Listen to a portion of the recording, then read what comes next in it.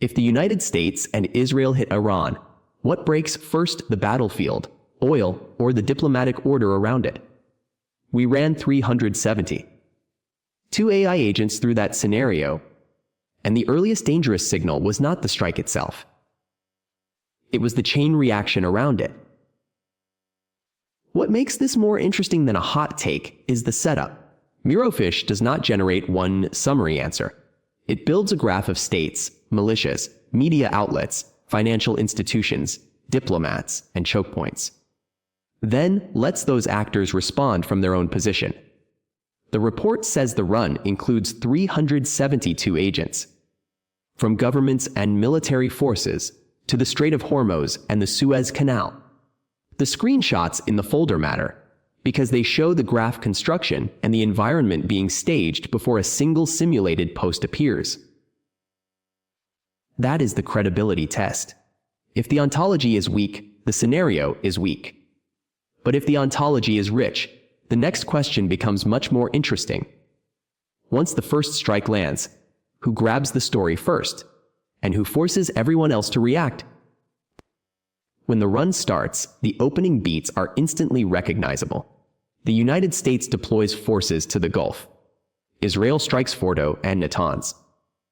The IRGC warns of overwhelming resistance. Hezbollah launches rockets in solidarity with Iran. None of that is surprising on its own. What matters is what the simulation does next. Hezbollah's message becomes the most shared post in the run, and aligned militias amplify it across rounds.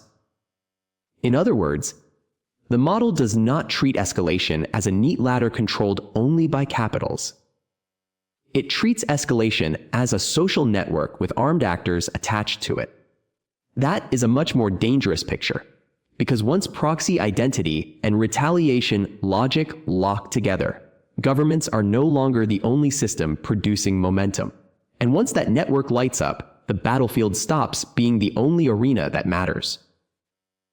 The next arena is oil, shipping, and domestic pain. The report says prices jump above $150 a barrel almost immediately. OPEC Plus calls an emergency meeting. JP Morgan flags volatility. The European Central Bank warns about inflation. Shipping lines, the Suez Canal, and Gulf airports begin reasoning about rerouting and disruption. Then the most interesting signal appears. United States farmers emerge as an anti-war voice because fuel, fertilizer, and supply chain costs hit fast. That is the kind of second-order effect humans often miss when they focus only on missiles and maps. A conflict can widen even when leaders want restraint, but it can also stall when economic pain shows up faster than military gains.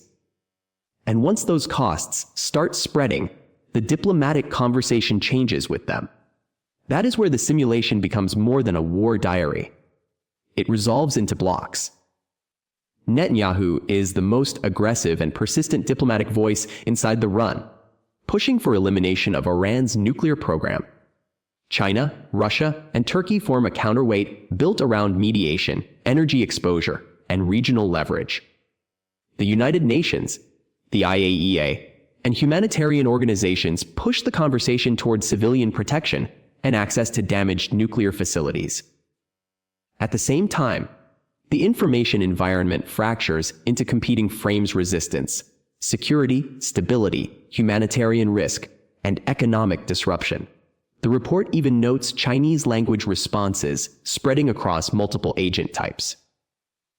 So the question is no longer just who hit whom. The question is which coalition can define what the crisis means.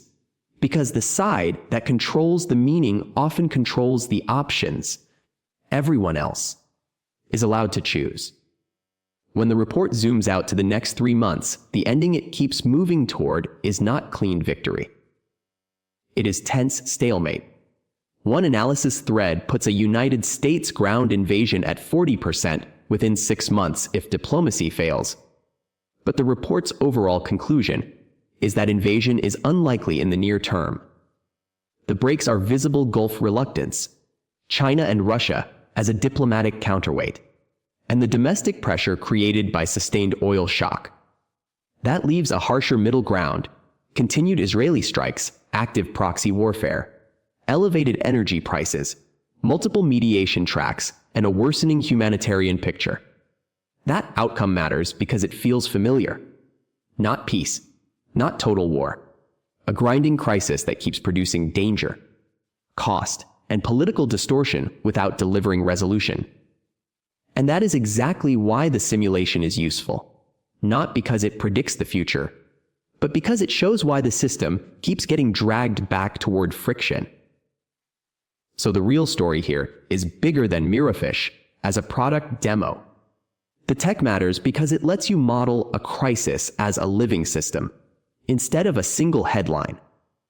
But the event matters because it shows what can break around a war before the war itself resolves. The battlefield, the oil market, the diplomatic order, and the information sphere all start pulling on each other. Treat this as a pressure map, not a prophecy. If you want to understand how modern conflict actually spreads, that is the signal worth paying attention to.